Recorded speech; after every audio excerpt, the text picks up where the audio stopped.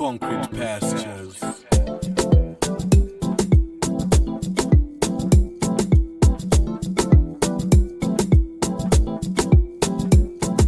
That's green, that's right.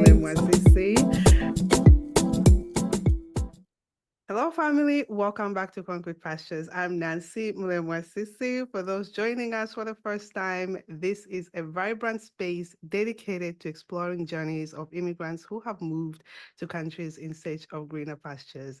Here we dive into the rich tapestry of experiences, sharing insight stories, and valuable lessons we've learned along the way. Our goal is to provide fresh perspectives on the immigrant journey, celebrating the resilience, determination it takes to start anew. Whether you are an immigrant considering to move or simply curious about the immigrant experience, we invite you to join us in this enlightening journey. Let's deepen our understanding on what it really means to be an immigrant. Don't forget to subscribe and share and help us spread these important stories all over with your family, social media space. Some of you have been with us for a long time. Come on, let's commit here, okay? Today I'm joined, oh my goodness, I'm so excited. I'm joined by an amazing guest. I am so honored to introduce our guest today. He is bridging continents on trade, investment, and advocacy. Dr. Dennis Matanda is a chief executive of Morgenthau Stirling, Inc., a Washington, D.C. based public affairs firm that leverages data driven insights and strategies to promote U.S. direct investment abroad, USDIA, to Africa. He was one of the first African staff directors of the U.S. House of Representatives Subcommittee on Africa, Global Health, and Global Human Rights. Dr. Matanda has worked extensively on trade and investment policy in 40 plus developed and developing countries and is proficient at designing strategic communication and engagement programs. He facilitated the AfCFTA negotiations in Niger, the Gambia, and Sierra Leone, designed export promotion strategies for COMESA and ECOWAS, and initiated the two-year multi-stakeholder campaign to ensure AGOA 2.0 passed in 2015. Dr. Matanda is also a prolific reader, writer, publisher, and a researcher. Dennis has undergrad, graduate, and postgraduate degrees in international relations, diplomatic studies, American politics, and international business. So welcome, Dr. Dennis. How are you? I'm very well, thank you. Thank you very much for having me, Nancy. It's I'm such a excited. pleasure. I'm so excited for this conversation because of so much what you do. I think there's so much for us to learn. But I'm adding to the album of all our Ugandan guests. Yes, I'm excited. Just give us a taste on what your fun memories of what you remember growing up in Ghana, in Uganda, I'm sorry. The thing is that I have never stopped being in Uganda because I go to Uganda very often, and I'm in Africa very often. So for me, the Ugandan story is still growing, and I'll tell you, as an immigrant, one of the biggest things you can ever do for and to yourself is to make sure you keep a very solid relationship with your home country. And so for me, going back to Uganda on a regular basis helps remind me of why I'm an immigrant and what I want to do to make sure that either more of us leave their home countries or fewer of us leave our home countries. Because many of the people that leave their home countries, like you said in the beginning, live for greener pastures. But if Africa is the greenest continent, why are people leaving?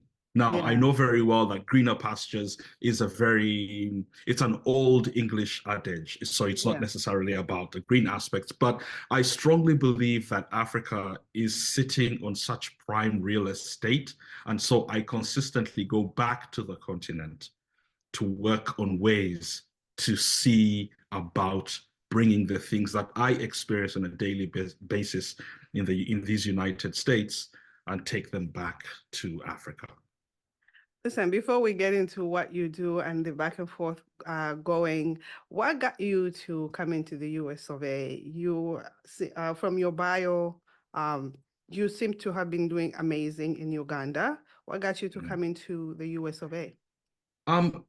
Two simple reasons. The things that were, so for me, I felt like I had reached the top and I was plateauing. I was not doing much better. I had, although I had a radio background, I had a corporate sales background, and I had a solutions background. I wanted to expand my academic background. It was something that I strongly believed in. And I felt like that the United States, coming to the United States to study, to get my PhD so I could go back and be a professor, because that's what I always wanted to do. It's why I came to the United States. Oh, wow. So you've been here since 2008. Yes. What are some of the lessons you wish you learned before coming here? The key lesson I think I should have learned is that there is no difference between your lifestyle or your proclivities, your unique habits. If you are not very good with money in Uganda and you come to the United States, you will not be good with money in the United States. If you're not very conscious of how you treat people in Uganda, there is a chance that you will not be very conscious about how you treat people in these United States. So I know very well that there's a whole Atlantic Ocean between Africa and these United States. However, the person who moves stays the same. So the thing I should have prepared myself for was not to transmute or to translate the bad habits. I should have actually worked on the bad habits in Uganda, brought them here and made sure that they didn't fester. So that's the one thing that I keep having regrets about. You know, when you hear about the United States, you think, oh, money grows on trees. You can very simply work and do all those things. But honestly, it's exactly the same thing, because the person who moves is you. Those habits will fester. And so from that perspective, the mindset should be, if you're going to go to the United States, if you had certain habits in Africa, change those, because when you come to the United States, they will explode. You know what you just reminded me of? You just reminded me of someone who just came into new money, whatever we call new money. And somebody all of a sudden wins, let's say, a massive amount of money, and they didn't have good habits with money. It just continues to go the same way. Nothing changes. Money does not really change you. It just, I guess, amplified who you are even more. Yeah, absolutely. But I, Nancy, I will tell you, I would be remiss if I didn't say, I set that up to also move to the next part, which is to say that we as immigrants need to leave our home countries where we left them. We need, when you move to the United States, you almost need to leave Uganda, Kenya, Tanzania, Rwanda, or anything behind. You need to, on 3-4 different levels, and we can discuss those as we go along. However, that is the habit. Important, though? Well, why is that important? Because there's only, the most important resource of the immigrant is the immigrant themselves. So if you come to the United States and you come here and your mind is focused on home, there is a very big chance that, or there is a statistically significant chance that the things that you're working out on here in the United States will not be as successful as you want them on if you do not actually concentrate on the United States. For example, when you come to the United States, one of the first things that I recommend is for anybody to get up on the credit ladder. get a credit score, start with a secured credit card, Yeah. start paying down your debt, start doing all those things that actually help you become an American. Get into the culture. Do not stay in your neighborhood. Don't just stay with the people that you know. Go and have conversations with people. Ask questions. Now, those are things that people take for granted. But if you ask questions to people who've been here for 25, 35 years, and all they've done is woke up in the morning and go work in the bodega or go work in a nursing home, if they have done that, they probably have not experienced the extent to which they can achieve the American dream. And I'm not saying there's anything wrong with that. Yeah. I'm just saying the opportunity for new immigrants is that you are much better placed expanding your horizons. Ask questions. I found out about the secured credit card from a car salesman. Oh, wow. Because I needed a car. And so I went and I said, I have X, Y, and Z amounts of money. So the guy takes me on the side and he says, listen, you have this money in your hands. However, I would like to strongly recommend that you open up a secured credit card so you don't have to just give us money. And so we would charge you all these extensive interest rates. Yeah. If you had a credit score, then we have a place to start.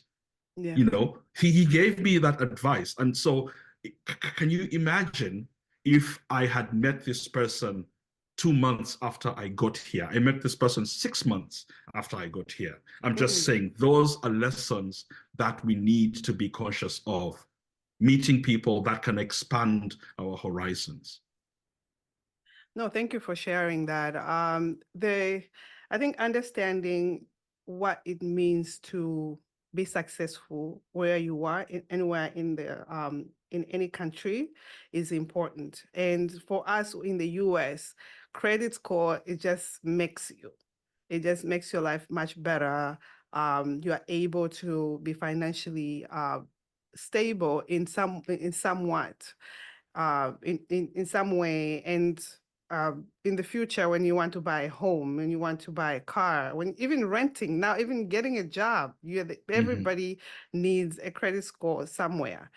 So it's really, really good advice that you were giving. But deeper than that, I just want to finish this credit score idea. It's not about just knowing your credit score. Yeah. It is actively, and I say actively, working on your credit score, knowing very well, I can't borrow this much, I can't do this much, I can't work with this much, I can't spend this much.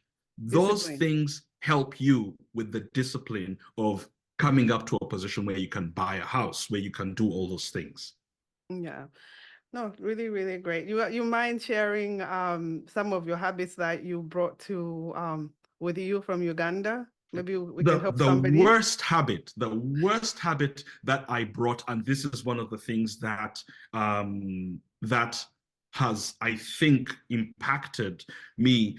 It's the need to be affluent. So I do not, in other words, going to spend more money than you need to just because you need to be affluent. It's not really that important when you think about it. COVID for me was the big balancer. We began to work at home. Right now, I'm wearing a very good shirt and a very good sweatshirt, a good sweater. However, I am wearing pajama bottoms. I mean, just saying that it's just the whole change of things. The need to be affluent is not as important as in the United States as it is back home. So for me, that's one of the worst habits that I regret ever having. And just being able to change that has been very impactful on my life. That's really growth. I think that's very common for us, especially Africans.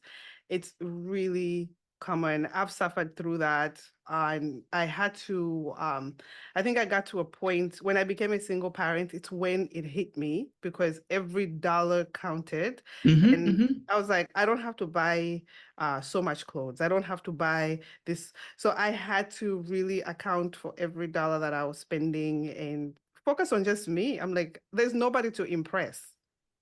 And step back away from the word nobody to impress, because most of the time the battle of an immigrant is not with anybody, but with themselves. Ourselves, yes. So the point is, I don't think it's about being impressing somebody, but let's also talk about it from the perspective that if you have come from, I mean, so for example, I don't know when you were last in Lusaka, but there are a number of malls in places. You go to Levy Mall, you will find the sort of things. Now imagine a person who is from Lusaka right now and comes to these United States and lands in a strip mall and walk into a place whereby you saw something in Lusaka that was X amount of money, because, you know, it's more expensive in Lusaka. Yeah. You come here, you walk into Marshall's and find the same thing for $3.99. Yep. You begin to think, oh my God, I have so much more. And that habit is what you need to remember, because that $3.99 is real money. Yeah. It adds up. Those small amounts of money are going to go. So which means you need to be very, very diligent with looking at your bank statements. What am I spending on? What's this additional $1 that I may have subscribed to on our website or something like that? Those $1 fees, those $2 fees, the $10 fees that you pay, you need to be very diligent, because $100 is a lot of money in these United States. I completely agree. Trust me, I know. I shop in Marshalls and I'm like, oh my God, shampoo is $7, $6. By the time I get to the counter, it's 100 and something. And I'm just like, why did I buy this? 5 things here. And yeah. This topic, we can even dive deeper, but I want to get into what you do.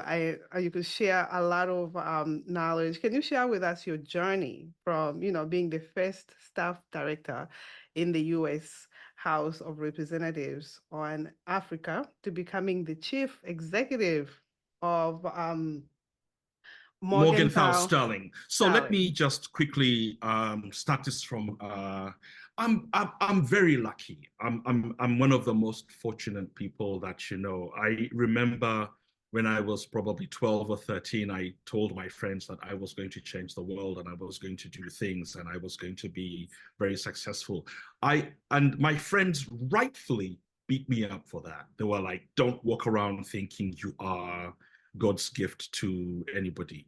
Now, I know something about myself. I'm extremely, extremely innovative. I'm extremely thoughtful. I'm extremely insightful. I also work extra hard. If you look at my desk, I have books, I have papers, I have notes. I'm working on different projects on my screens. So I am very industrious.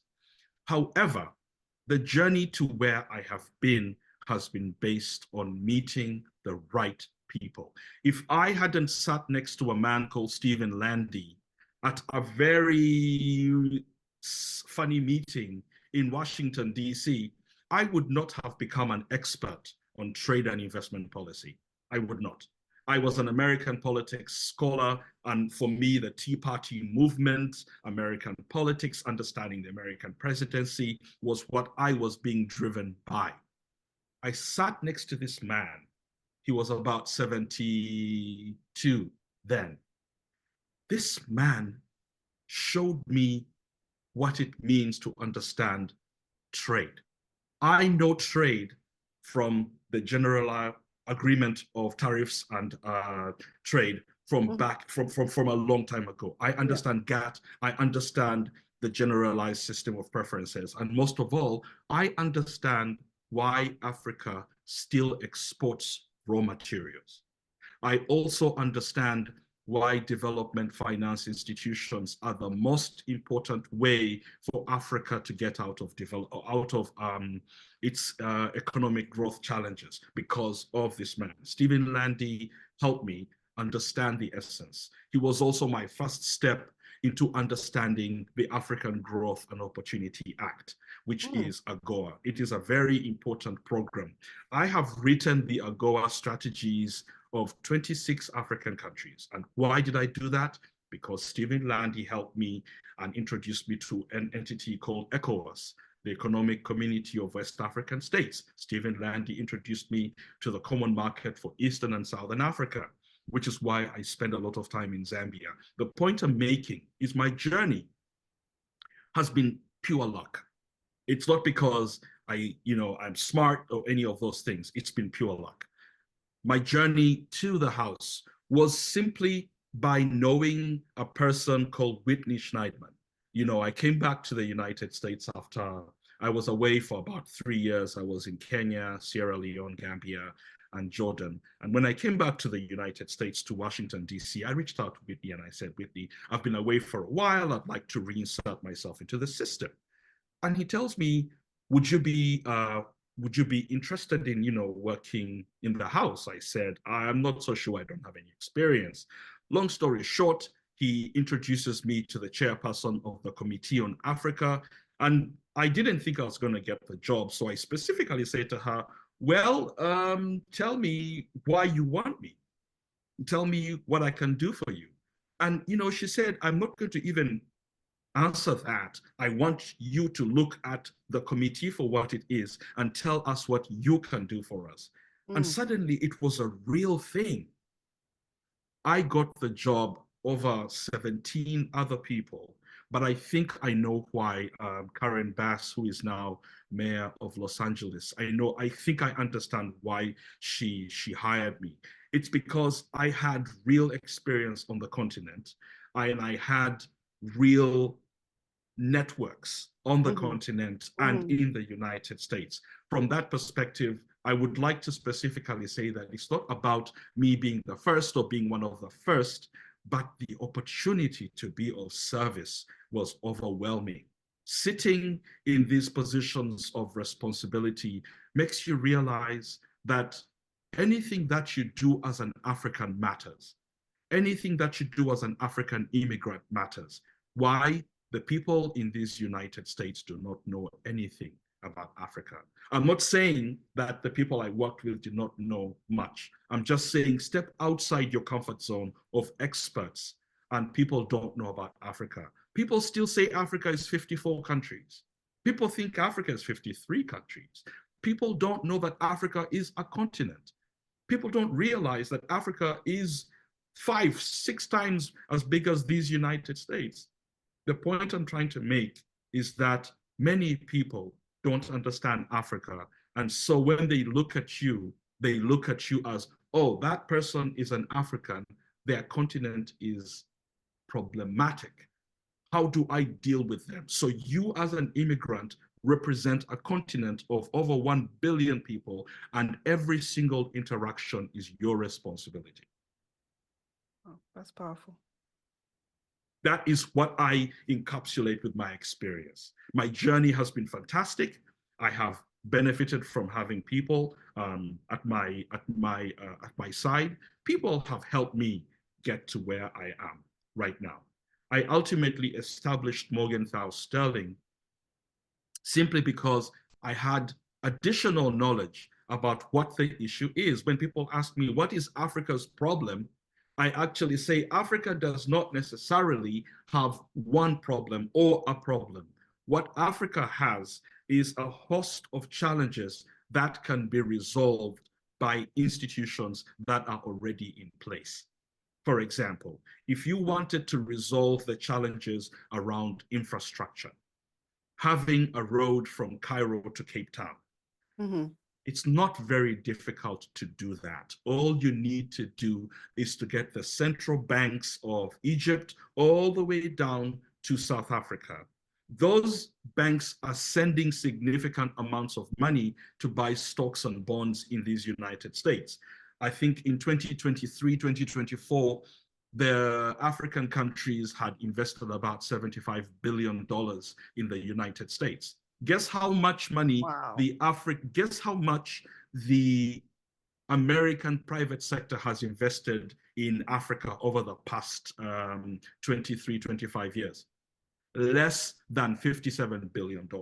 So we are putting much more money in the United States than they're putting into. So from that perspective, if you have a country like the United States, which has lots and lots of money, and you have people like BlackRock that has over $100 billion in assets under management, $1 trillion, $1 billion, and they want to spend $63 billion in Africa. Your responsibility, if you want to resolve the infrastructure aspect, is to come straight as governments and talk to the people that have the capital.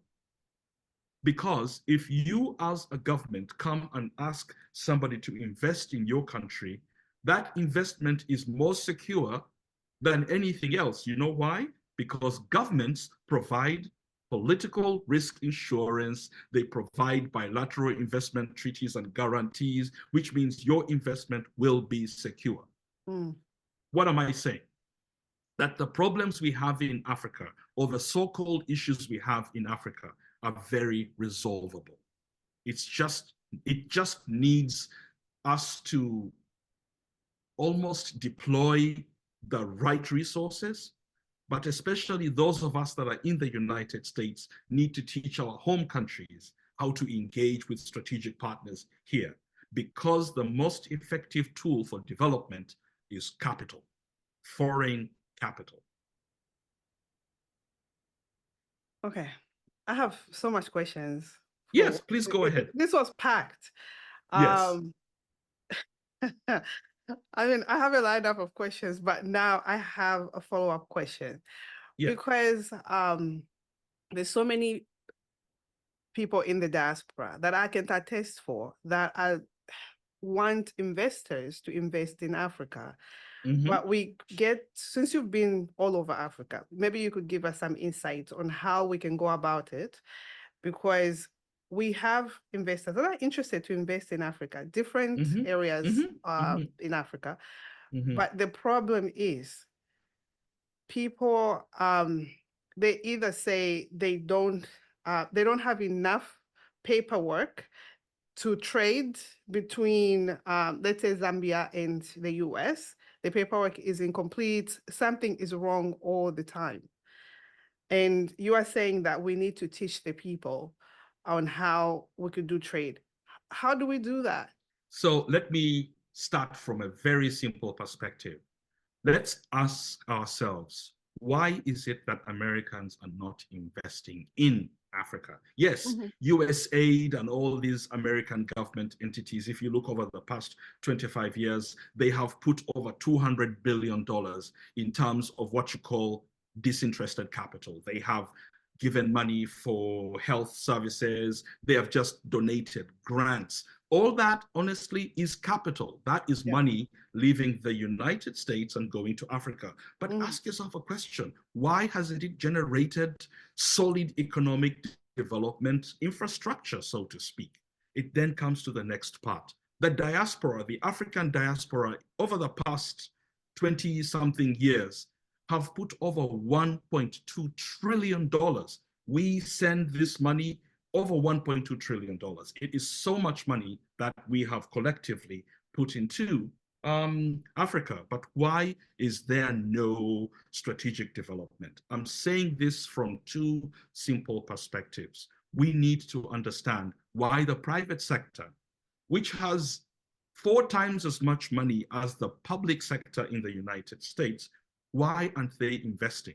And the truth is this: the American private sector is very, very conscious of putting their money in a place where they cannot get it back. The American private sector is extremely risk averse. We, as the American private sector, don't just put money in things whereby, not that we will not get it back, because people make losses. You know, you're going to be investing and putting money in all these things for a very long time. But let's go back to understanding who developed Europe after the Second World War. The Second World War devastated Europe's, or Western Europe's, infrastructure.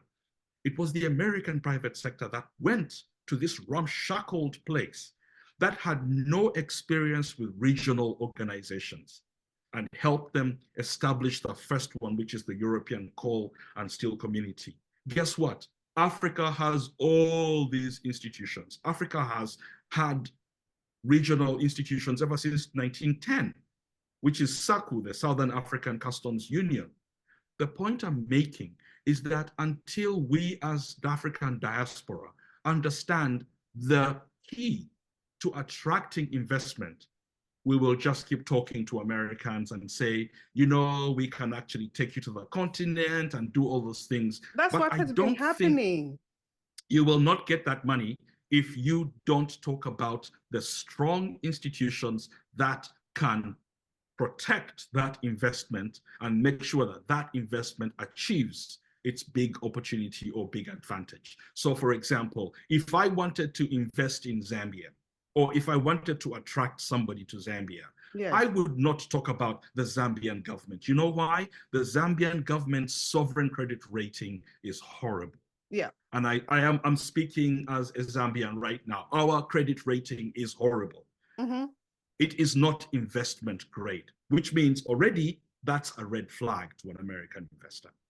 You go down the line and ask yourselves, well, the Zambia Development Agency is a good entity. They have a really effective website. They have an effective CEO, and they can talk to us on a regular basis. But behind the ZDA is a very, very strong government that has a bad credit score. So although there are opportunities to invest, the question is, why would I take my investment? Why would I put $250,000 in Zambia, yet I could simply put my $250,000 in a small bank account and get interest of that?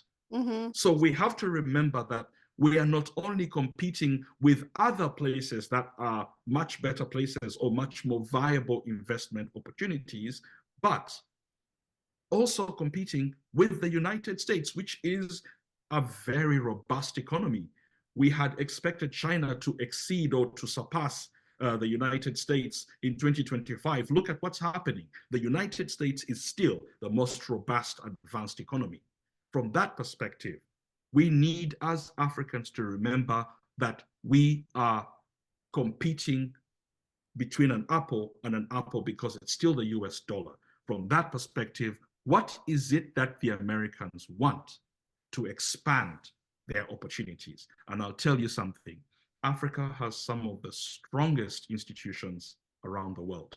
For example, if you said to somebody, I want to invest in Africa, and you as a person takes this investor and say to, for example, the Trade and Development Bank in Nairobi and say, let me introduce you to the Trade and Development Bank. They are investment grade. They are rated by Moody's and by Fitch. Let me also take you to the Africa Trade Investment Development Insurance Entity, ATIDI, which is A-rated by Standard & Poor's. You're speaking a language they understand because that's investment grade. They are not rated by an entity in Africa. They're rated by New York agencies. What you've done is assured the people that Ugandans, Kenyans, Tanzanians, Zambians operate at the same level as everybody else. Yeah. So you need to standardize the product. Don't talk to people about, oh, you can invest in this small business. Honestly, those small businesses are not a problem, but they are just not sufficient to inculcate economic development or the sort of economic development Africa needs right now. You need to talk about strong institutions. Let me end on a very simple perspective. If you go and look at a case in 2012, 2013, Mauritius, as an example, was taxing one of its nationals an additional amount of money for importing stuff from Egypt. Mauritius and Egypt are members of COMESA. What did this Mauritius do? The Mauritius government was taxing this guy. This guy sued the Mauritius government in Mauritius.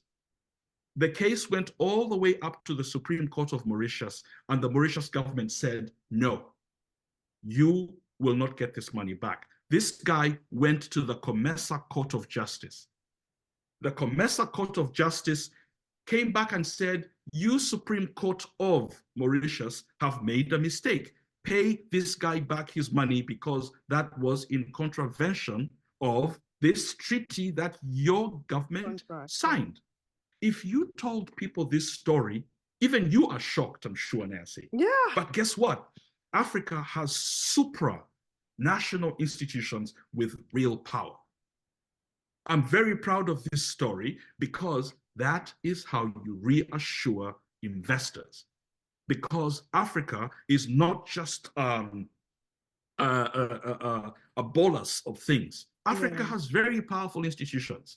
Africa has the world's second competition commission, regional competition commission, which means if a country like, if an investor like the beer company, Heinberg or whatever, goes and says they want to invest in Namibia, they have to appeal to the competition commission. And if they are going to cause a complete market structure change and an unfair competition, the competition commission, the COMESA competition commission, can say no, and they will reject it, and you cannot do anything about it. That sort of big story, that sort of institutional capital is very important for us as Africans to remind people. I speak about this with pride because that is the essence of promoting a region. You don't promote it from the fact that we need help. No, Africa is an investment opportunity. Amazing, amazing. I'm looking here. I have my follow-up question on AGOA. AGOA. AGOA. Could you discuss your role of campaigning the 2.0 and what is the impact that you had on trade relations between US and Africa? This is something I'm very proud of. So let me explain it from a very simple perspective.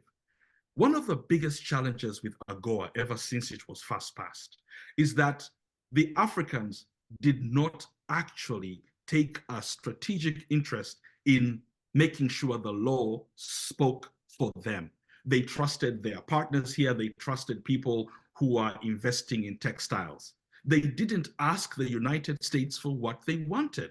For example, a country like Zambia is much better placed exporting sugar or its excess sugar to the United States. But there is what they call a tariff rate quota on sugar exports going into the United States. The other thing is that AGOA was not necessarily designed for things other than textiles.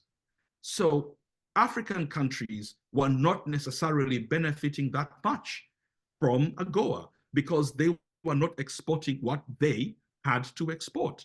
A country like Uganda was already exporting coffee under what they call the generalized system of preferences. So AGOA didn't impact them.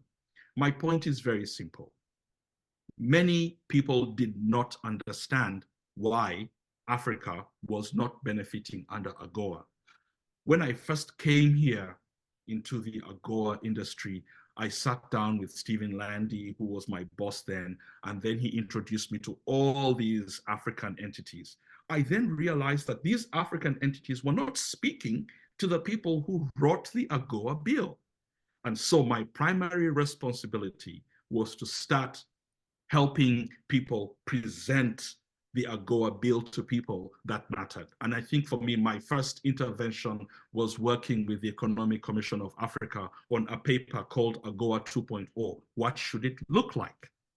We began writing that, and it was something that was published, it was distributed very well. And then I began to work with the African Union because at the time, the most effective or the most powerful person who was working on economic affairs was the commissioner, but above the commissioner was a very friendly person called Erastus Mwencha, who was the deputy chairperson of the African Union. What we did was bring the African Union on campaigns, coming to speak to members of Congress about what Africa wants. That I know very well we didn't achieve all the things we wanted to achieve, But guess what? Africa got the longest extension, 10 years, between 2015 and 2025. That in its own way is very powerful because it benefited both the people who are doing textiles and the people who are doing other activities. Mm-hmm.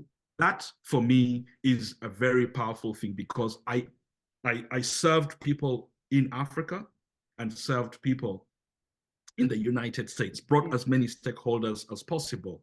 Again, I'm very proud of that because that was probably the first time the African Union had met the House Ways and Means Committee in 2015, bringing the African Union to meet these, and it's what you call the four corners, because then it was the Senate Finance Committee, Democrat and Republican staff directors, and the House Ways and Means, the Democrat and Republican. So we met the four people responsible for writing AGOA. That sort of plan has been so effective because now other people use it. They bring the Africans to the House Ways and Means Committee. Of course, they work with the US Trade Representatives Office and things like that. But for me, that was probably the first time that we brought the African Union, the most collective voice, to the House of Representatives. And that for me was powerful. Amazing. I know, Africa is full of culture, and we have all these different cultures. How do they play a role in your work with international clients and stakeholders in Africa and the US? You know, what's very interesting is, let me start with my name. My name is Matanda. It's very, you didn't even know which country I was from. Yeah. You probably thought I was Zambian or Zimbabwean. What's interesting for me is that my last name has benefited me a great deal because they know I'm not American. They know they don't know which country I'm from because my accent is not American, it's not British, it is just anodyne. From that perspective, that culture for me is something that I have deployed appropriately. For example, the culture aspect is being able to speak English like an African. Clear English that is unaccented. I can speak a little French, not with a very powerful accent, but I can understand aspects. Those are elements of culture. Now, I know you're thinking, well, the African culture, Ugandan culture. I'm trying to say, as an African immigrant, as a member of the diaspora, your individual culture does not necessarily matter. Yes, you can keep eating particular food. You can eat nshima and do whatever it is that you want. My point is that when you're in the United States, you are an African. And in fact, so for me, the African culture was embracing all 55 countries and being able to speak, not on their behalf, but to international clients to show them that it's not just about me being African, it's me being an African with capacity to get impact for them in the country they want to do business in. Love it, love it, love it, love it. So for future, what trades do you foresee for US African trade? Especially we are in 2025, it's the beginning of the year. How can businesses prepare to engage effectively with? I think that the two most important elements within which to engage are look at Africa's development finance institutions. How are they doing? Most of those entities are very profitable. Where are they doing business? Where are they investing on the continent? Look at where the African Development Bank is investing. If the African Development Bank is investing in an airline school in Nairobi, go and ask, how can we improve the infrastructure around that airline school? Because those aspects are where development is. I'll tell you why. The African Development Bank is a highly rated entity. AAA, Standard & Poor's, AAA, Fitch, and Moody's.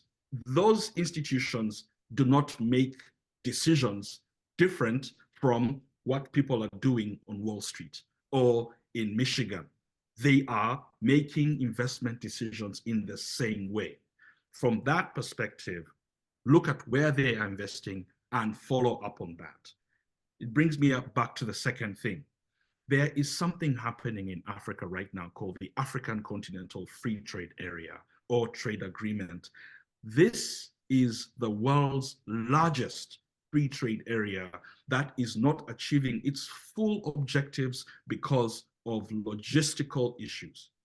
There are opportunities to invest in infrastructure, which means the American investors are primed for this. They did the same thing in Europe after the Second World War. They developed infrastructure. They developed regional integration in Europe. The reason the European Union is as powerful as it is it was based on investment, American investment. From that perspective, the AfCFTA is sitting there waiting to be infused with energy.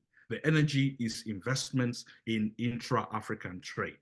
And the last part, climate change. We cannot walk away from climate change, especially because go and look at the Victoria Falls right now. Look at pictures of the Victoria Falls now and look at the pictures of the Victoria Falls 10 years ago. Massive difference. Yes. From that perspective, climate change is real. It will impact everything. It will impact national security. It will impact health. Worst of all, it will impact our capacity to attract tourists, which are tourism right now, if you look at many African countries, is the #1 infuser of capital to the GDP. So from that perspective, you need as a country or as an African continent to do these things. And guess what? There are American entities that will partner with African countries to do this. So those are the three things I would look at. You know, I can talk to you forever. I know you are on a restricted time. For the young people out there that are venturous as you, and for a lot of us, what advice do you have to give to all of us? Go to the internet and learn how to use artificial intelligence. Learn how to write by asking ChatGPT the right question. Don't ask ChatGPT to write you an essay on African development. Don't do that.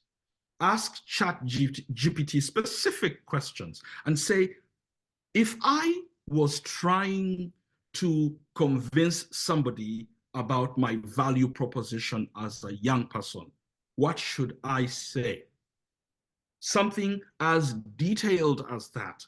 Ask ChatGPT the right questions, it will give you the answer, because we as human beings are no longer just producers. We need to be effective users of our time. Having ChatGPT do the hard work for you, and then you just go back and annotate and customize and do all those things, saves you 3 days. Young people need to leverage technology, technology, technology.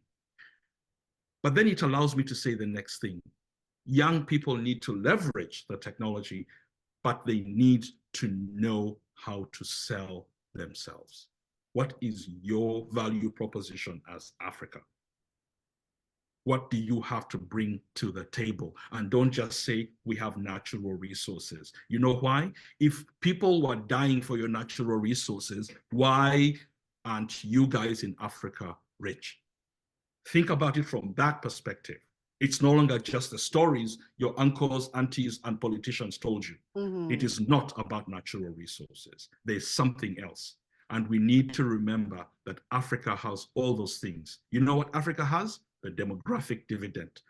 Most of Africa is young, which means your labor is going to be sought after more than you think. So guess what? Invest in yourself, invest in your skills, invest in your capacity to read, to research, and to solve problems, to engage with people. That, in my opinion, is the best advice I would give young people. Love it, love it, love it. You are a ball of inspiration and just so informative with everything that you've covered.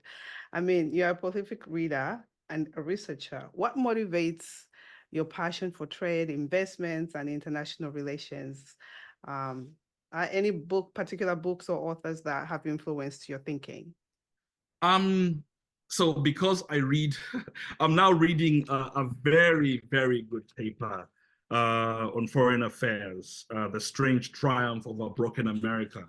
The papers and books that I'm reading right now are not necessarily as important as understanding the basics. So I would like to recommend that people use technology to summarize a book like Thomas Piketty's Capital in the 21st Century.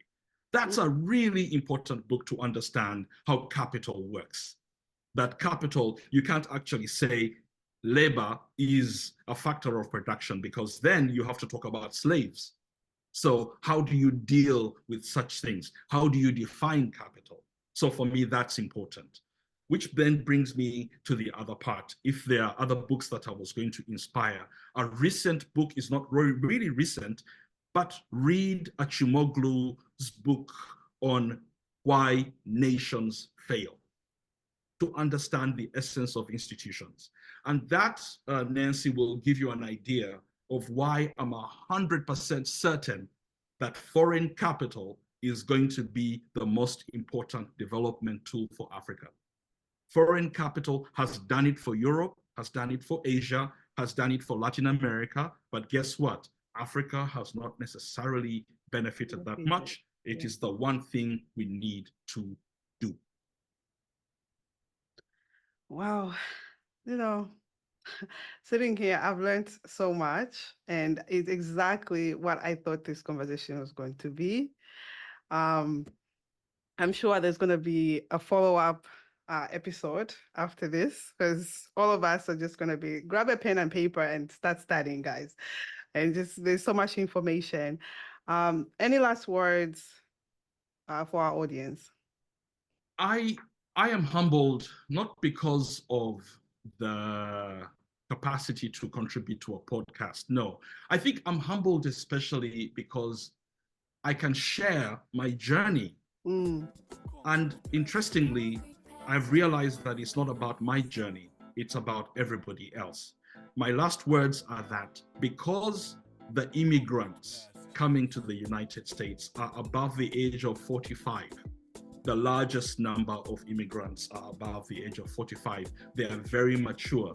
My last lesson is because we're very mature, we need to be easy on ourselves. Don't be too hard on yourself if you don't first succeed. Be patient with yourself. And most of all, be ready to change if things are not working. Well said. This has been an honor. I appreciate your time. Thank you so much for being here. You're welcome. Thank you. Thank you. Yes. Thank you.